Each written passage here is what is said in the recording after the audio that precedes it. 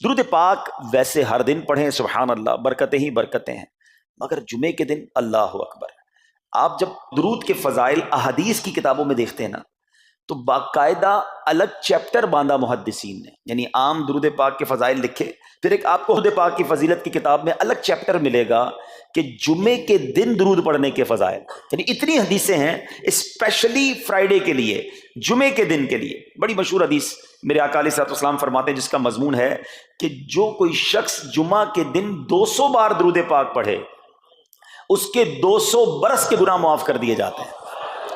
اب یہ کتنی پیاری حدیث ہے۔ ایک اسی طرح کی حدیث، یہ بیسیکلی کثرت سے بتانے کے لیے، انکریج کرنے کے لیے کہ درود اس دن زیادہ پڑھے جائیں، گناہوں کی معافی کا ایک ایسا سبحان اللہ سلسلہ ہے۔ ایک اور حدیث پاک ہے جس کا مضمون ہے جو جمعہ کے دن 80 بار درود پاک پڑھے، اس کے 80 برس کے گناہ معاف کر دیے جائیں گے۔ تو یہ دن تو سبحان اللہ گناہ گاروں کی بن آتی ہے، گناہ گاروں کو موقع دیا جاتا ہے کہ پورے ہفتے میں اگر کوئی کمزوری رہ بھی گئی ہے تو اب جمعہ آ گیا ہے، اب درود پڑھ لو، اب تلاوت کر لو، اب دعائیں کر لو، اب اللہ سے رجوع لے آؤ۔ یہ جمعے کا دن سبحان اللہ، مفتی احمد یار خان نعیمی رحمت اللہ تعالی علیہ فرماتے ہیں جمعہ کے دن کوئی نیکی کی جائے، اللہ کی بارگاہ میں جمعے کا شرف اور مقام اتنا اعلیٰ ہے کہ جمعہ کی ایک نیکی 70 گنا اس کا ثواب عطا کیا جاتا ہے، ملٹی پلائی بائی 70۔ سوچئے، اب سمجھدار لوگ بیٹھے ہیں، کاروباری لوگ بھی بیٹھے ہوں گے، ہمارے یہاں نارملی سپر اسٹور پہ یا کسی جگہ پر مارکیٹس وغیرہ میں اسکیم لگتی ہیں، 25% discount, 50% discount, buy one get one free, ایک خریدو دوسرا فری۔ لوگ گرمیوں کی چیزیں سردیوں میں خرید لیتے ہیں، ارے بھائی ابھی تو گرمیاں، ابھی سے جیکٹ خرید دی ہے یار، سستا مل رہا تھا، ایک فری مل رہا تھا، سردیوں میں کام تو آئے گا نا، چلو لے لو بھائی۔ سردیوں میں گرمیوں کی چیزیں خرید رہے ہوتے ہیں، کیوں؟ سستا۔ ہم دنیا کے نفع کے لیے، دنیا کے بینیفٹ کے لیے ٹریول بھی کرتے ہیں، جا کر خرچ بھی کرتے ہیں۔ مجھے اچھی طرح یاد ہے، افریقہ کے غالباً ایک ملک میں تھا، تو بارڈرز ملے ہوئے ہوتے ہیں، ہم بارڈر ہم نے کراس کیا، ایک ملک کا جیسی بارڈر کراس کیا، بارڈر کراس کرتے ہی ایک بہت بڑا ویرانہ تھا لیکن بہت بڑا شاپنگ مال بنا ہوا اور گاڑیوں کی قطاریں۔ تو میں نے اسلامی بھائی سے پوچھا، یار اس ویرانے میں اتنا بڑا شاپنگ مال اور اتنی گاڑیاں؟ تو انہوں نے وجہ بتائی، کیا بتائی؟ کہتے ہیں جس ملک کے بارڈر کے ساتھ یہ سٹور ہے نا، اس ملک میں ٹیکس ہے، یہ ملک ٹیکس فری ہے۔ اچھا، اس ملک نے اپنے بزنس کو چلانے کے لیے اپنے ملک کے اندر مال بنے ہوں گے، ایک اسپیشل مال یہاں بنا دیا تاکہ اس ملک والے سفر کر کے آئیں اور پورے مہینے کا سامان اس سٹور سے لے کے واپس چلے جائیں، صرف ٹیکس بچانے کے لیے ایک ایک مہینے کا سامان۔ اچھا، گاڑیوں کی لائنیں۔ اب بتاؤ یار، ہم دنیا کمانے کے لیے، سفر کرنے کے لیے تیار ہیں، نفع کمانے کے لیے وقت دینے کے لیے تیار ہیں، ہر جمعے اسکیم اناؤنس ہے، ایک نیکی کرو 70 گنا ثواب کماؤ گے۔ بتاؤ کیا ذہن ہونا چاہیے کہ یار بس جمعے کا دن تو قرآن پڑھوں گا، درود پڑھوں گا، صدقہ کروں گا۔ سبحان اللہ، ڈھونڈ ڈھونڈ کے ہمارے صحابہ علیہم رضوان ڈھونڈ ڈھونڈ کے نیک اعمال کرتے تھے کہ یہ بھی عمل کر لوں، یہ بھی کر لوں، اور جمعے کے دن اسپیشلی۔ تو اللہ کرے ذہن میں یہ بات بیٹھ جائے کہ میں نے جمعے کو زیادہ نیکیاں کرنی ہیں۔ اچھا، اب اس پہ میں ایک اور مشورہ دیتا ہوں۔ مثال کے طور پہ آپ نے ذہن بنایا ہوا ہے کہ یار پیر والے دن جو ہے نا، میں نے کسی مریض کی عیادت، رشتہ دار ہے، وہاں جانا ہے، یا میں نے جناب سیٹرڈے یا سنڈے کوئی صدقہ خیرات کرنا ہے، کسی کی ہیلپ کرنی ہے۔ آپ نے کوئی نیکی پلان کی ہوئی ہے ہفتہ اتوار پیر منگل میں، تو کوشش کر کے اس کو جلدی کریں اور فرائیڈے میں کر لیں۔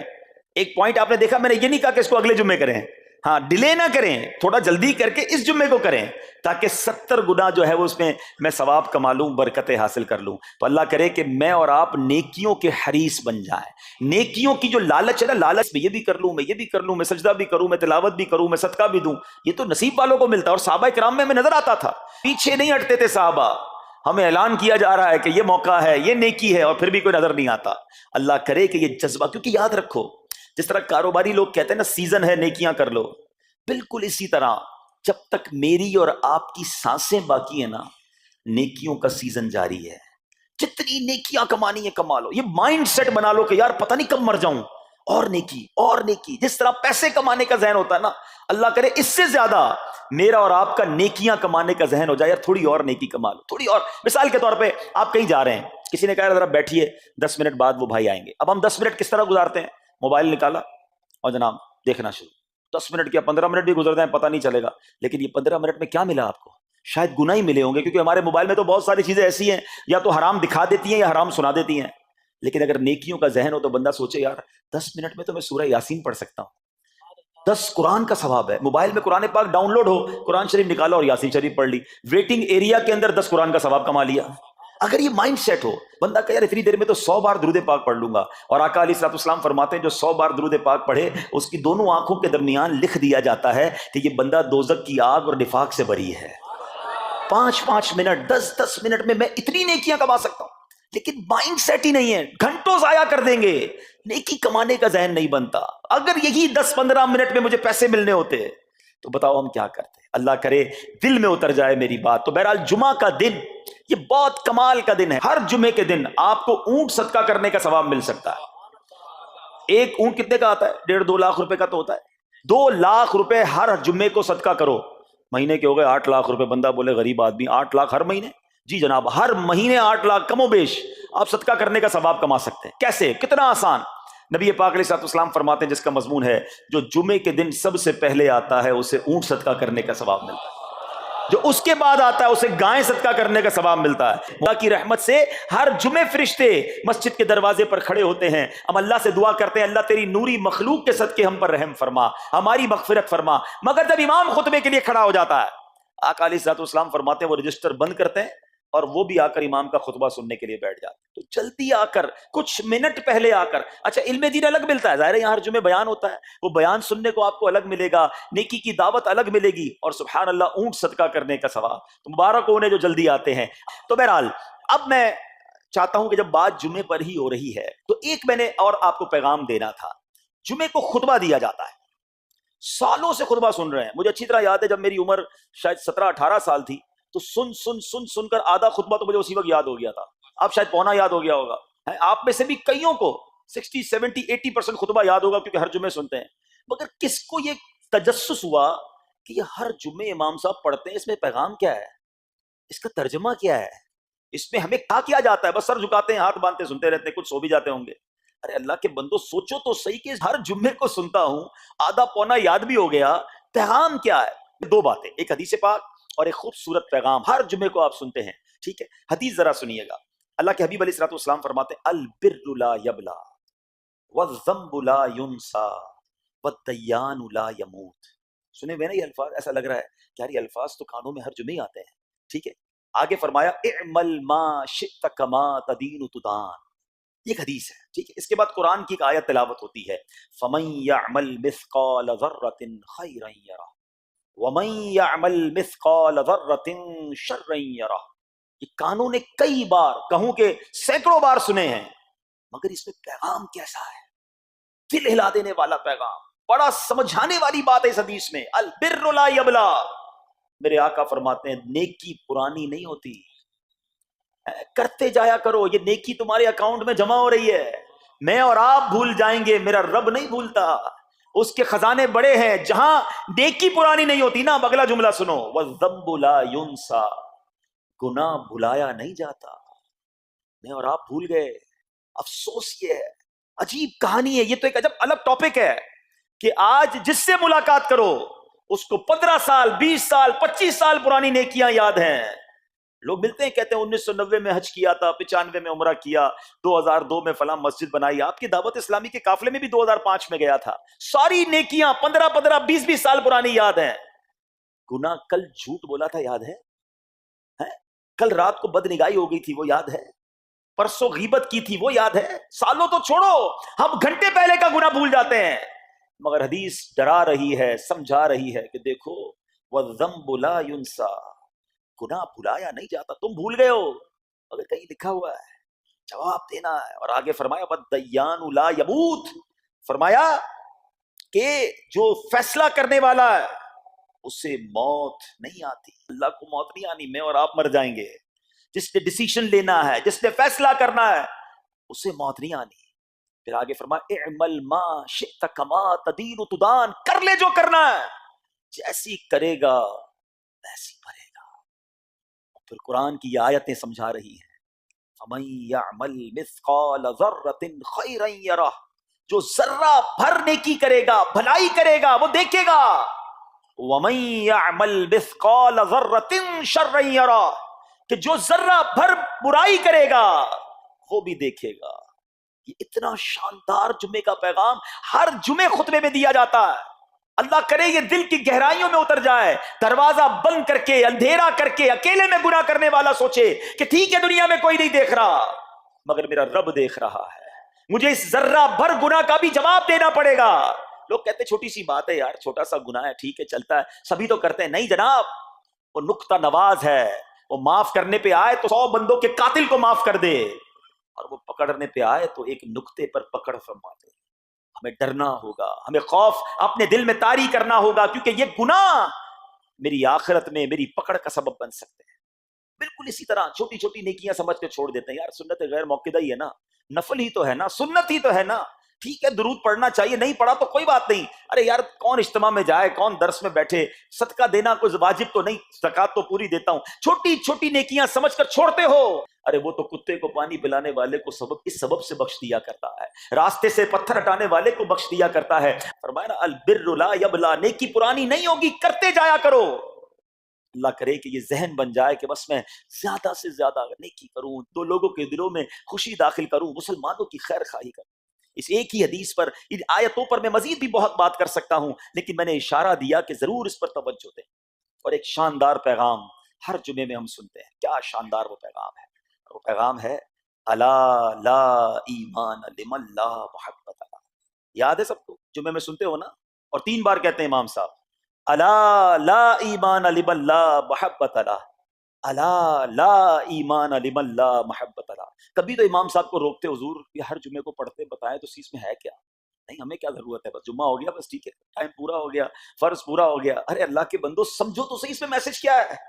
اللہ اکبر، سنو اس کا مطلب کیا ہے، سنو، الا لا ایمان لمن لا محبت له، سن لو اس کا ایمان نہیں جس کے دل میں نبی پاک سے محبت نہیں، ایمان ہی نہیں ہے۔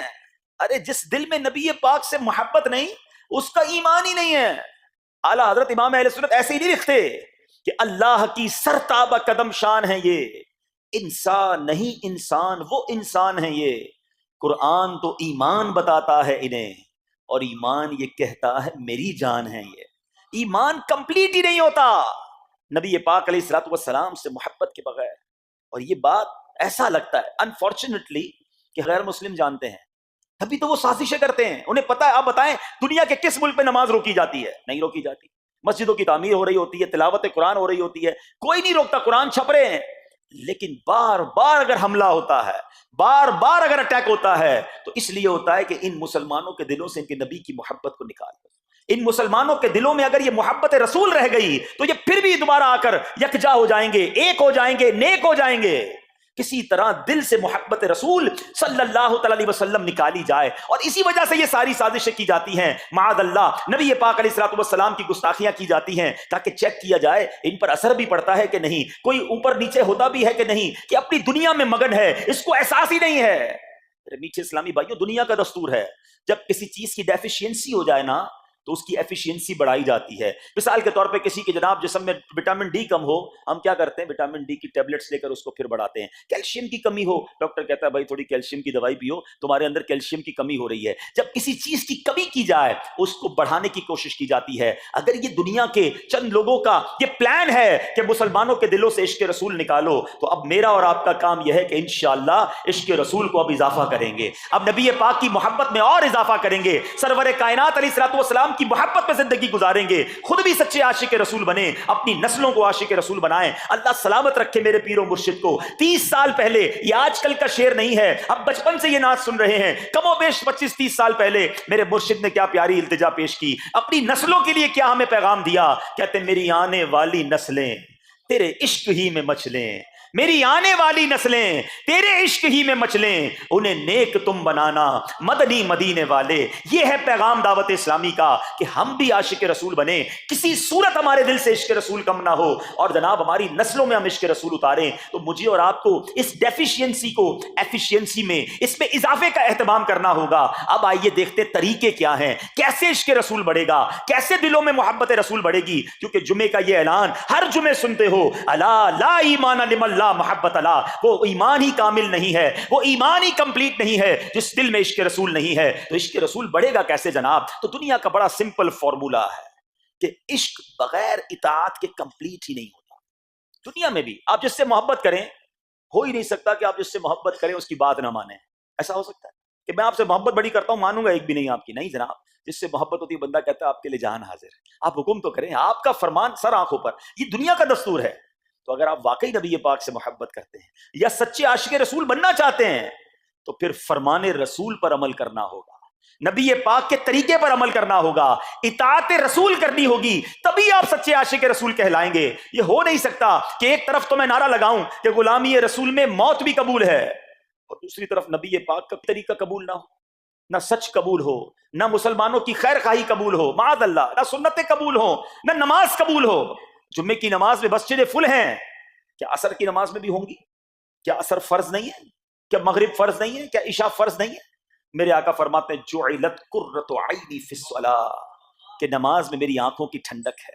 ان گستاخان رسول کو یہ جواب دینا ہے کہ تم جتنی نبی پاک علیہ الصلوۃ والسلام کی معاذ اللہ شان میں گستاخی کرو گے، دنیا میں تو نیست و نابود ہو ہی جاؤ گے، مگر تم دیکھو گے کہ تمہارا ہر قدم ہمارے عشق رسول میں اضافے کا باعث بنے گا، ہمارے انشاءاللہ نبی پاک کے قریب ہونے کا باعث بنے گا. آؤ نیت کریں کہ آج کے بعد ہماری کوئی نماز قضا نہیں ہوگی، آج کے بعد زندگی نبی پاک کی سنتوں کے مطابق گزرے گی. میرا چہرہ، میرا لباس، میرا کردار بتائے کہ میں کس کا امتی اور کس کا عاشق ہوں. ارے مجھے بتانا کیوں پڑے میں کس کا امتی ہوں، مجھے دیکھ کر پتا چل جائے. وہ شاعر لکھتے ہیں نا، فنا اتنا تو ہو جاؤں میں تیری ذات عالی میں، حضور فنا اتنا تو ہو جاؤں میں تیری ذات عالی میں، جو مجھ کو دیکھ لے اس کو تیرا دیدار ہو جائے.